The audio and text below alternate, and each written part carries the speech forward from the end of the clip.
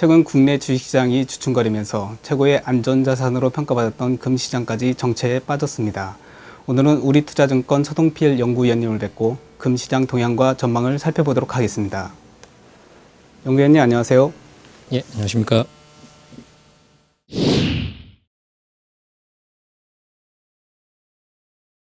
네, 최근 국내 금융투자시장에서 금펀드 수익률이 정체에 빠졌는데요. 지난해까지는 좋았는데 이렇게 빠진 이유가 무엇입니까? 금의 주요 소비처였던 중국이나 인도의 경제가 올해 들어서 조금 하락하면서 이머징에서의 수요가 좀 줄었고요. 또 금하고 밀접한 관련성 있는 달러 가치가 최근 상승하고 있습니다. 보통 달러 가치가 하락해야지만 이제 상대적으로 금이 주목을 받으면서 금 가격이 상승하게 되는데 최근 달러 가치가 3월 들어서 이제 상승하면서 역으로 이제 금의 투자 매력이 좀 감소하고 있는 상황입니다. 여기에 최근 사실 온수당 뭐 1,800달러까지 오르면서 가격이 급등하면서 가격 부담이 있었던 것도 사실이고요. 그에 따라서 최근 차익 실현 매물이 출회되고 또 여기에 따라서 일부 투기 자금도 이탈하면서 금 가격이 지금 조정을 받고 있는 상황입니다. 작년에는 뭐 온수당 뭐 2,000달러까지 갔었고요. 최근에는 올해 들어서는 뭐 1,800도 쉽게 무너지고 지금 1,600달러 지금 왔다 갔다 하고 있는 상황인데 여기서부터는 좀 하락세가 주춤한 상황이고요.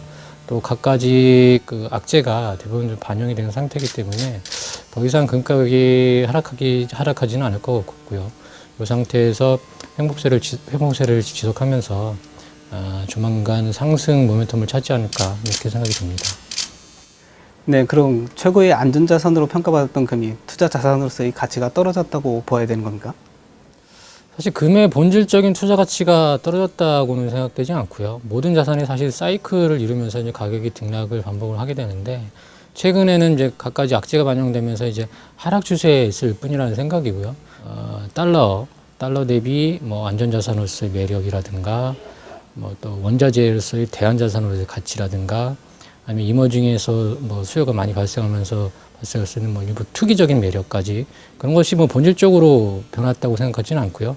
말씀드린 것처럼 사이클상의 국면이라고 생각이 합니다. 지금 반영되고 있는 악재가 뭐 대부분 이제 영향력이 감소하고 뭐 이머징 경기라든가 여러 가지 관련된 요인들이 좀 회복이 되면 다시 사이클상으로 충분히 회복될 수 있다고 생각됩니다. 네, 일반 투자자들이 볼 때 금값을 움직이는 시그널에는 어떤 것이 있나요? 이제 역대적으로 지금 달러 가치하고 금 가격의 주 자산 가격의 그림을 이렇게 같이 그려놓고 보면은 정말 똑같이 역으로 변하거든요.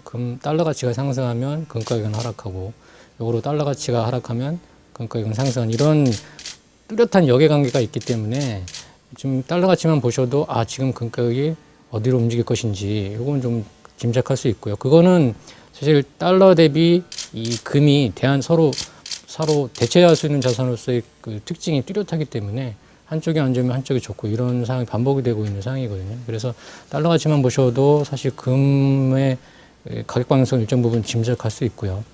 또 모든 원자재가 마찬가지겠지만 수요가 결국은 뒷받침이 돼야 가격이 상승하는 건 당연한데 결국 수요는 이머징에서 많이 발생하거든요.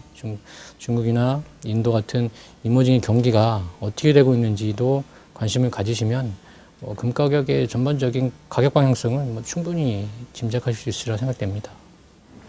최근에 증시가 등락을 반복하면서 투자자들이 투자처를 못 찾고 있습니다. 투자할 만한 상품이 어떤 것이 있을까요? 원자재 안에서 금을 대신할 수 있는 자산은 사실 많지 않고요. 같은 기금속 바운더리 안에서 은이 있는데 은은 기금속이긴 하지만 사실 경기 회복에 따른 산업재로서의 가치가 금보다 훨씬 크게 작용을 하기 때문에 사실 금을 대체할 만한 수는 없고요. 다이아몬드는 사실 투자 수단이 별로 없습니다. 어떻게 투자 방법이 일본 투자들이 할 수 있는 방법이 없기 때문에 마땅히 금을 대체할 수는 없고요. 그래서 사실 금을 대체할 수 있는 자산은 없고 크게 이제 자산 대 자산으로 보면 금이 이제 안전자산이라고 보면 안전자산 내에서 대체할 수 있는 건 사실 그렇게 많지 않고요. 큰 바운더리 안에서 원자재다 놓고 보면 원자재 안에서 같은 농산물이나 원유나 기타 이런 것들로 좀 대체자산을 삼을 수는 있는데 사실 금 가격하고는 성격이 많이 틀려서 금을 완벽하게 대체할 수는 없다고 생각이 들고요. 이제 그 대신 금 쪽이 안 좋으니까, 원자재 쪽이 약간 최근 안 좋으니까 이제 완전히 자산을 떠나서 주식 자산 쪽에서 뭐 주식 관련 ELS라든가 랩이라든가 헤지펀드라든가 이런 쪽으로 뭐 대안 자산을 찾을 수는 있겠죠. 원자재 가격이 상승을 하고 있지만 투자자들은 수익률에 만족하지 못하고 있는데요. 앞으로 원자재 투자를 어떤 방향으로 해야 될까요? 사실 원자재는 다들 대안 자산이라고 많이 표현을 합니다. 즉 주식이나 뭐 채권 시장을 대안할 수 있는, 대체할 수 있는 대안 자산으로서 매력을 많이 말씀들 하시고요.